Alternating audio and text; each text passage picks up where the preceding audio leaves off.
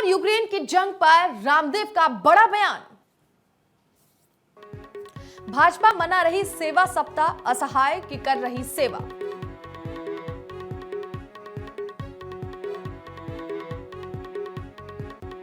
हरिद्वार में शिक्षकों को मूल विद्यालयों में लौटने का आदेश।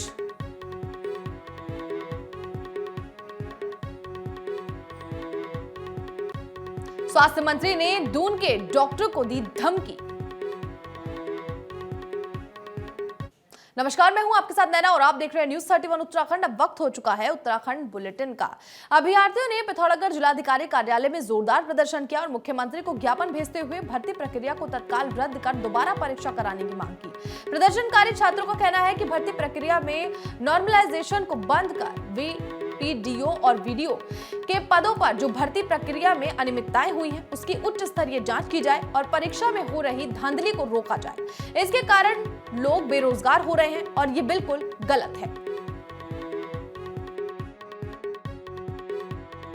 ये नॉर्मलाइजेशन पद्धति को बंद किया जाए और बीपीडीओ वीडियो में जो अनियमितताएं संभवतः देखने को मिल रही हैं इसकी एक बार जांच की जाए। हाईकोर्ट के अधीन जांच हो, हम मांग करते हैं ताकि इस पूरा सच सामने आए। और इसके अलावा आयोग जो बार बार पेपर में गलत क्वेश्चन बना रहा है और बाद में डिलीट करने का जो खेल हो रहा है, डिलीट करके जो बोनस अंक दिए जा रहे हैं, ये आयोग की जिम्मेदारी तय क्यों नहीं की जा रही कि वो गलत क्वेश्चन क्यों बना रहा है। रूस और यूक्रेन के बीच छिड़ी जंग पर योग गुरु स्वामी रामदेव का बड़ा बयान आया है। स्वामी रामदेव ने कहा कि युद्ध किसी भी समस्या का समाधान नहीं हो सकता। साथ ही रामदेव अमेरिका को जिम्मेदार ठहराते हुए बोले कि अमेरिका अपने हथियार बेचने के लिए पूरी दुनिया को युद्ध के लिए उकसाता है। स्वामी रामदेव ने पाकिस्तान में मची राजनीतिक उठापटक पर भी प्रतिक्रिया दी। उन्होंने कहा कि पाकिस्तान लोकतांत्रिक दृष्टि से एक बहुत ही अस्थिर देश है।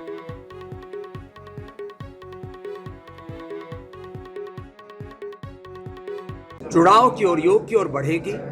ये संघर्ष, ये सारा विध्वंस, ये समाप्त तो होना चाहिए, चाहे किसी भी कारण से हो रहा है। और इसमें जो अमेरिका जैसे देश जो छेड़खानी करके और पूरी दुनिया को युद्ध के लिए उकसाते हैं अपने हथियार बेचने के लिए, ये तमाशा भी बंद होना चाहिए। भारतीय जनता पार्टी अपना 42वां स्थापना दिवस मना रही है। साथ ही जनता के लिए सहायता शिविर लगाकर विकास कार्यों को लोगों तक पहुंचाने का कार्य कर रही है।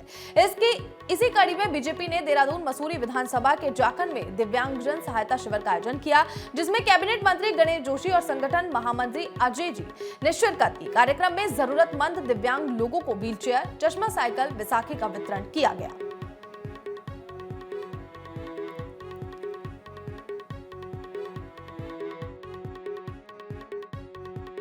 देखिए, भारतीय जनता पार्टी हमेशा गरीबों के बीच में जाकर, जनता के बीच में रहकर जनता की सेवा करती है। जहां अन्य पार्टियां जीतने के बाद पूरे एक साल तक जश्न मनाती है और भारतीय जनता पार्टी के कार्यकर्ता जीतने के तुरंत बाद सेवा कार्य में लगते हैं। आज 6 अप्रैल को भारतीय जनता पार्टी का स्थापना दिवस था।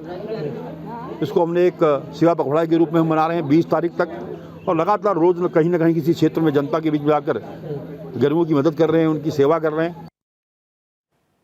हरिद्वार में मुख्य शिक्षा अधिकारी सीईओ एसपी सेमवाल ने समस्त उप शिक्षा अधिकारियों को आदेश जारी कर दिए हैं। आदेश के अनुसार पिछले कई वर्षों से व्यवस्था पर कार्यरत 350 से अधिक शिक्षकों को अपने मूल विद्यालयों में लौटना पड़ेगा।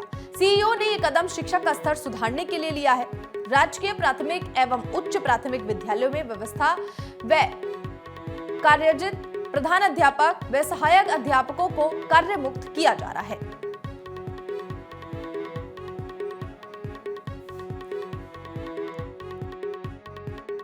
ठीक शिक्षकों की संख्या के बारे में तो मैं नहीं बता सकूंगा, लेकिन मुख्य तौर पे शासन ने एक आदेश किया था कि मध्याह्न भोजन योजना में जो जिला समन्वयक है और उसके अलावा जो लॉ ऑफिसर है, आपका जो लॉ का प्रभारी है, वो संबद्ध होंगे और उनका वेतन स्कूल से निकलेगा। अन्य शिक्षकों के बारे में स्पष्ट निर्देश था कि जो सीआरसी और बीआरसी के तौर पे काम कर रहे हैं, जो वर्तमान में जो व्यवस्था है, उसके अलावा अन्य शिक्षक जो दूसरे स्कूलों में कार्यरत। उत्तराखंड के स्वास्थ्य मंत्री डॉक्टर धन सिंह रावत बीती रात पेट दर्द की शिकायत के बाद राजधानी दून अस्पताल पहुंचे, जहां उनके स्वास्थ्य की पड़ताल की जा रही है। पिछले दिनों उन्होंने इसी अस्पताल की डॉक्टर निधि उनियाल को अपनी पत्नी का इलाज करवाने अपने घर बुलाया था, जहां डॉक्टर निधि को बेइज्जत किया गया था। वहीं मंत्री जी स्वास्थ्य सचिव डॉक्टर पंकज पांडे को पाठ पढ़ाते भी नजर आए।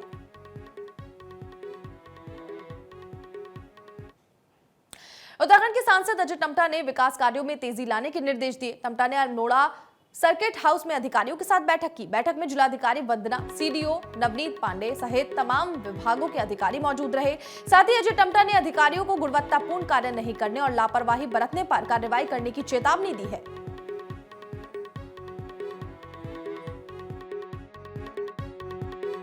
चूंकि मैं आपके ध्यान में लेना चाहता हूं कि हमारे पास भारत सरकार के माध्यम से, माननीय प्रधानमंत्री जी के माध्यम से लगातार मैं केंद्र में प्रयास करने के कारण से बहुत सारे मार्गों के लिए हम पैसा लेकर आते हैं।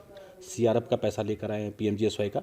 उसी की मैं समीक्षा कर रहा हूं कि भाई टाइमली काम अच्छे हों, गुणवत्ता के साथ हो और जो अधिकारियों की समस्या उसका समाधान भी हो, मगर हम कंप्रोमाइज़ करने की स्थिति में कहीं से कहीं तक नहीं। अच्छा, एक सवाल है, पैसे का पूरा सदुपयोग हो। जो काम में कमी हुई है मैंने उसमें टाइम दिया है कि आप 1 महीने के अंदर अंदर जो भी आपकी रोडें हैं, अगर उसमें थोड़ी बहुत 19-20 है उसको आप ठीक कर सकते हो तो कर दीजिए, नहीं तो मैं औचक निरीक्षण के माध्यम से अगर रोड में या किसी भी काम में कमी पाई जाएगी तो उसके जिम्मेदार अधिकारी और उसके जो भी सबऑर्डिनेट हैं, जो काम करने वाली संस्थाएं हैं, उन सब के प्रति खिलाफ हम।